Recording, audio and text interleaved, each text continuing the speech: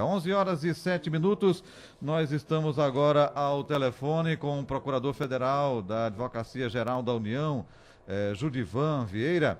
Ele estará no Recife amanhã para o lançamento da coleção Corrupção no Mundo, fruto de uma pesquisa de 7 anos nos países membros do Mercosul. Ele já está no Recife, mas amanhã, enfim, é que faz esse lançamento.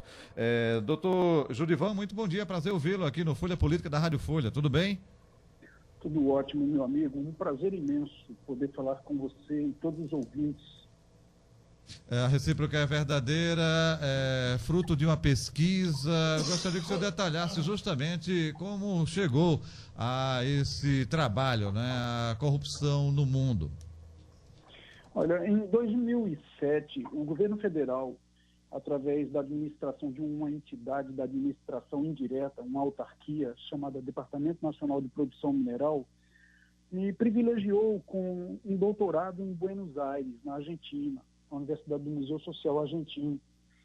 E como a história da minha vida foi lutar contra a corrupção, porque quando me formei em Direito, em 1993, no ICUB em Brasília, meu discurso de formatura já foi contra a corrupção. Em 1994, um ano depois, eu me pós-graduei em Política e Estratégia pela Associação dos Diplomatas da Escola Superior de Guerra, em convênio com a UNB.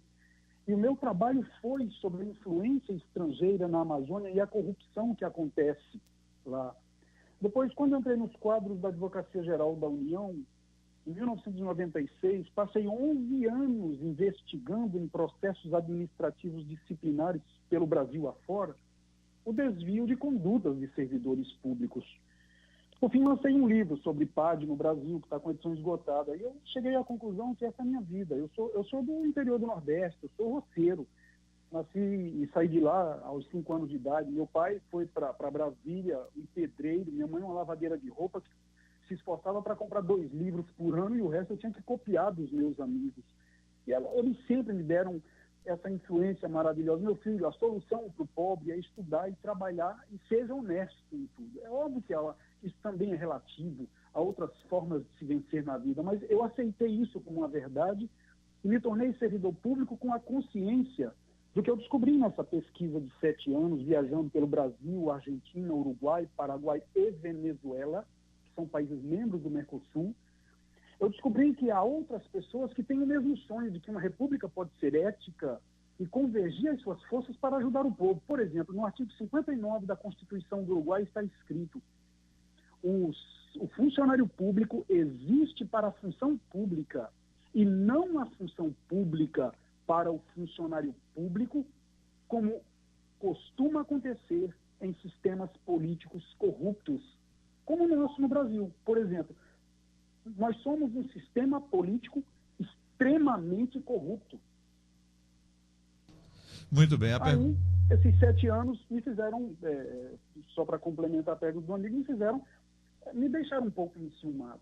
Porque eu descobri escritores argentinos maravilhosos, escrevendo livros sobre a corrupção, uruguaios, chilenos, mexicanos, estadunidenses. Um amigo meu me encaminhou, que vive na Carolina do Sul, sabendo da minha pesquisa, me encaminhou livros de lá, também escritores alemães como o Dr. Rupert Fritzl, Volker Schindel.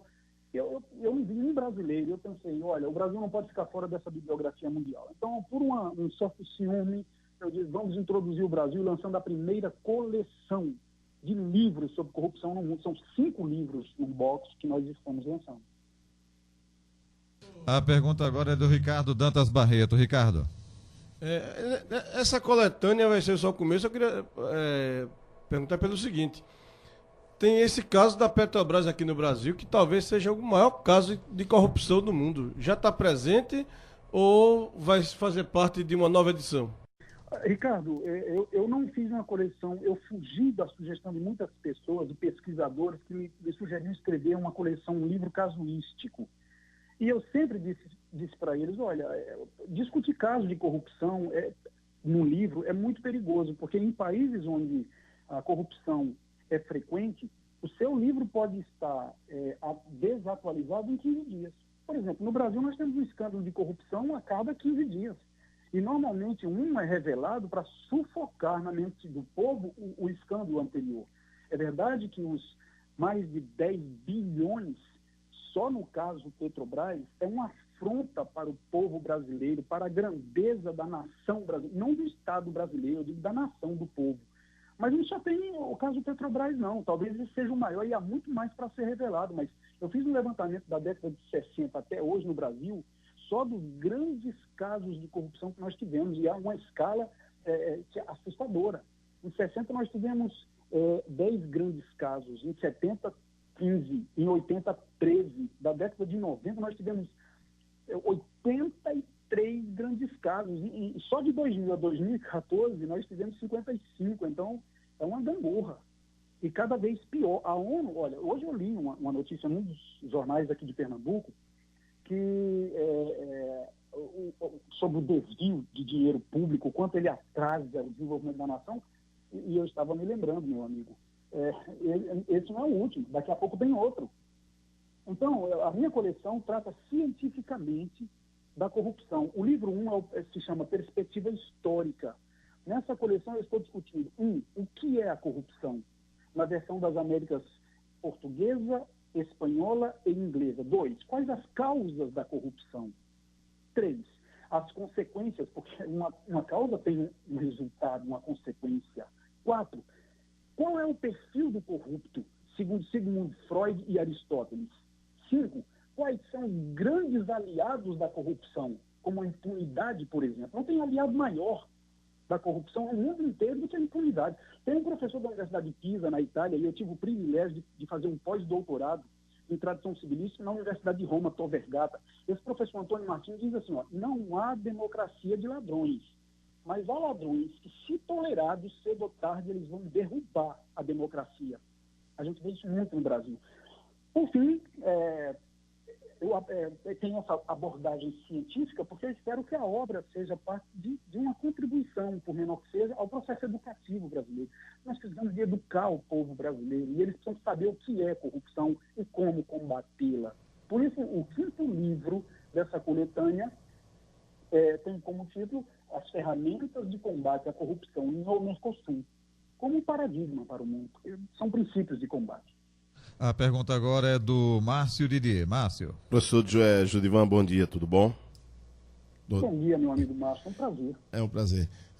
O senhor citou aí a escalada dos escândalos de corrupção aqui no Brasil, desde a década de 60 e foi aumentando gradativamente até atingir o auge, salvo engano, na década de 80, ou de 90. E coincidiu aí também com o período da redemocratização. Durante o regime militar, existia menos corrupção ou era o acesso à informação era menor? O senhor avalia isso dentro desses critérios do senhor? Eu avalio, sim. Eu trabalho com essas ideias dentro da coletânea. É óbvio que em um regime de direita, Márcio, é Márcio, né? Isso. É óbvio que numa ditadura, seja ela de esquerda ou de direita, as informações que circulam costumam ser um pouco mais manipuladas. Eu estive em Cuba, depois de estudar a Revolução Bolchevique de 1917, sou um apreciador da história do comunismo sob o ponto de vista científico.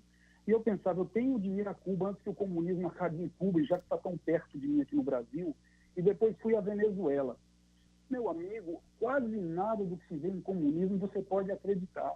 Os serviços prestados não há verdades. Eu passei 4 horas escutando discursos de lavagem cerebral na TV do Fidel Castro, do Raul Castro, e na Venezuela foi a mesma coisa. Eu fui a uma lan house onde tinha que encaminhar o Brasil uma crônica para uma revista eletrônica da minha editora, e um indivíduo me meteu uma 4.0 na cabeça. Em outras palavras, em Caracas, uma violência assustadora. O cara me colocou de joelho e disse, vai morrer, e eu, entusiasmado para entender o espanhol dele, ainda quis conversar, e quase que eu morria mesmo. Quando eu saí de lá, eu fui ao supermercado e eu estava vendo, na gôndola você pegava o mesmo produto, aí estava escrito assim, preço da revolução, X. Do lado dele, o mesmo produto, preço do capitalismo, Y. Não há prazo maior do que cercear a liberdade. Porque é na liberdade que o processo criativo se manifesta. Seja o processo criativo econômico, social, jurídico, ou da própria cultura, da arte. Por isso que normalmente nas ditaduras você cerceia os artistas. Porque os artistas vivem do processo criativo mais do que ninguém. Então, eu acho que na ditadura militar brasileira, nós tivemos inúmeros casos, como nós acabamos de dizer, de corrupção, e muitos outros dos quais não ficamos sabendo.